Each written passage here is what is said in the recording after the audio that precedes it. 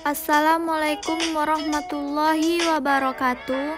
Perkenalkan, nama saya Dian Junita, NIM 12010826517, kelas PGMI 2A, Maktul Pendidikan Kewarganegaraan. Pembahasan saya yaitu tentang demokrasi dan praktik dari halaman 93 sampai 111. Di sini saya akan menjelaskan tentang prinsip demokrasi. Prinsip demokrasi adalah prinsip kediktoran yang berlaku pada sistem politik atau teoriter.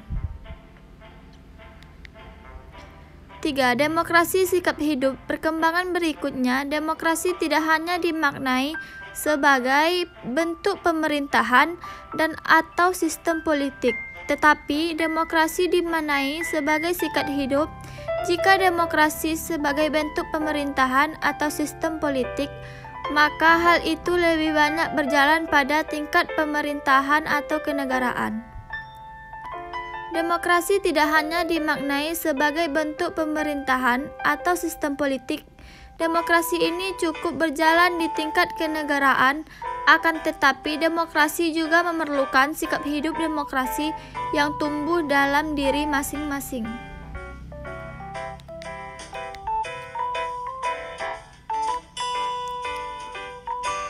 Kebebasan atau persamaan, freedom atau equality.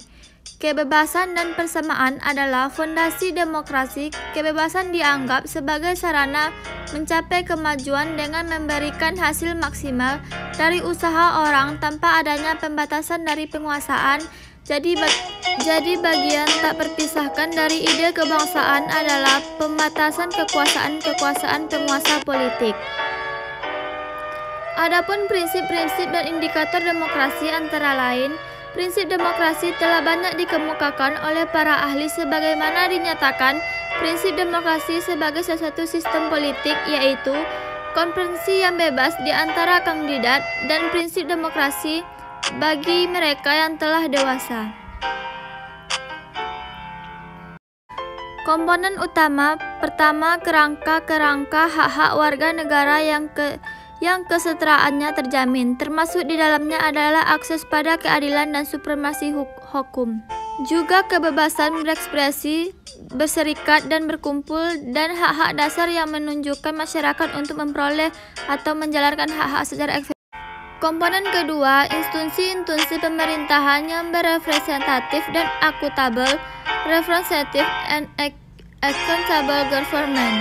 Tercakup di dalam adalah pemilu yang bebas dan adil yang menyediakan perangkat agar pilihan dan kontrol populer atas pemerintahan dapat dilaksanakan. Komponen ketiga adalah masyarakat yang demokratis atau sivil. Cakupan komponen multimedia, komunikasi, asosiasi sipil, proses-proses konsultatif, dan forum-forum lainnya yang bebas dan pluralistik. Dan adapun indikator demokrasi adalah indikator demokrasi, kerangka kerja penilaian demokrasi, di antaranya dirumuskan apa yang diinspirasikan konsep yang dikembangkan oleh David Beckman dalam membentuk indikator demokrasi.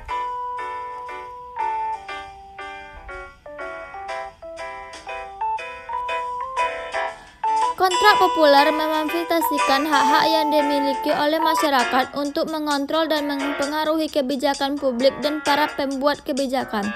Berlaku terhadap masyarakat harus didasari pada keyakinan bahwa setiap orang yang harus memperlakukan dengan rasa hormat yang setara. Setiap orang memiliki kepastian yang setara dalam menentukan pilihan. Setiap 10 tema tersebut berikut seperangkat indikator penilaian yang dikategorikan berdasarkan 3 dimensi, yaitu dimensi legal, hukum yang memberikan kepastian hukum untuk tema terkait, memberikan jaminan implementasi perangkat hukum, dimensi kinerja, mengelaborasikan sejauh mana kinerja elemen dalam 2 dimensi sebelumnya telah berhasil dibawa pengaruh tual terhadap kemajuan proses demokrasi berdasarkan konteks tema terkait. 1. Hanya ini yang bisa saya jelaskan kepada teman-teman semua. Semoga teman-teman bisa memahaminya. Sekian dari saya ucapkan kepada teman-teman semua. Assalamualaikum warahmatullahi wabarakatuh.